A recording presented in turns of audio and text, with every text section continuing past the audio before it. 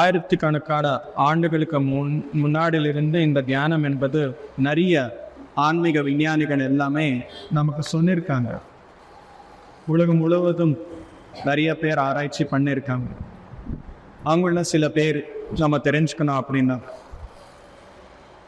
ஒவ்வொரு நாட்டிலையும் ஒவ்வொரு பேரில் தியானம் என்பது இருக்கு.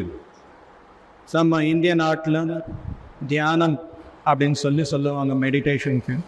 சைனா நாட்டில் சான் அப்படின்வாங்க, இல்லை டாவ் அப்படின்ற பேரில் இருக்குது.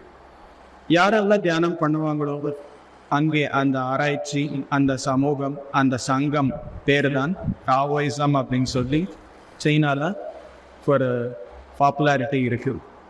அதே போல் ஜப்பானில் நீங்கள் பார்த்தீங்க அப்படின்னா தியானத்திற்கு பேர் ஜென் அப்படின்வாங்க. ZEN, ஜென் மெடிடேஷன் அப்படின்ற பேர் நீங்கள் கேட்டிருக்கீங்க இல்லையா?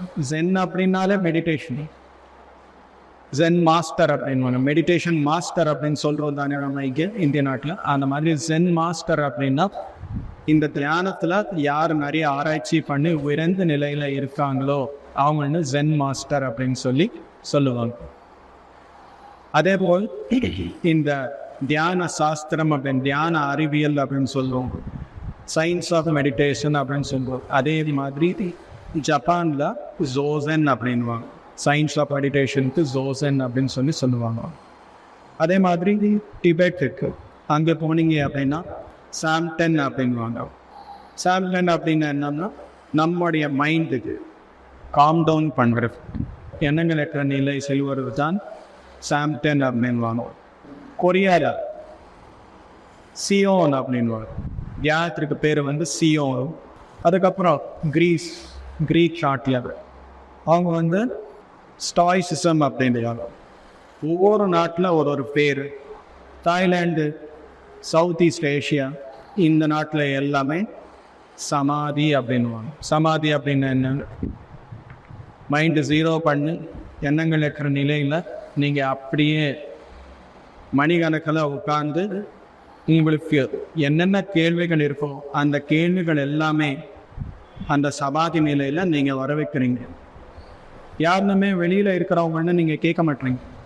உங்களுக்கு உள்ளிருந்து அந்த பதில்கள் எல்லாமே கொண்டு வரும் ஒரு நிலை தான் சமாதி. ஸோ தாய்லாந்து மற்றும் சவுத் ஈஸ்ட் ஏஷியா இந்த இடத்துல எல்லாமே சமாதி அப்படின்ற பேரில் தியானத்திற்கு பேர் இருக்குது. அப்புறம் மிடில் ஈஸ்ட்டுக்கு, அதாவது அங்கே சூஃபி மெடிடேஷன் அப்படின்னு சொல்லி பேர். எங்கே பார்த்தீங்க அப்படின்னாலும் அங்கே எல்லாமே மெடிடேஷன் அப்படின்றது இருக்குது. சூஃபி மாஸ்டர்ஸ் எல்லாமே அந்த மெடிடேஷனுக்கு பேர் என்ன அப்படின்னா முர்காபா அப்படின்னு சொல்லுவாங்க. முர்காபா அப்படின்றது is the name of meditation. ஆனால் சூத்திரம் எல்லாமே ஒன்று தான். மனதில் எந்த எண்ணங்களும் இல்லாத அமைதியான நிலைமைக்கு கொண்டு போகிறது தான் மெடிடேஷன். இதுதான். அப்புறம் வெஸ்டர்ன் கண்ட்ரீஸில் அமெரிக்கா இந்த இடங்கள்ல எல்லாமே ப்ரேயர் ஆஃப் சைலன்ஸ் அப்படின்வாங்க. சைலன்ஸ் என்ன? Internal silence, external silence.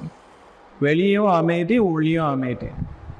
ரெண்டு இடத்துலையும் அமைதியாக இருந்தால் அது என்ன பேர்? அதுக்கு மைண்ட்லேயும் எதுவும் ஓடலை, வாயிலையும் எதுவும் பேச மாட்டோம். அதுதான் தானே தியானம்.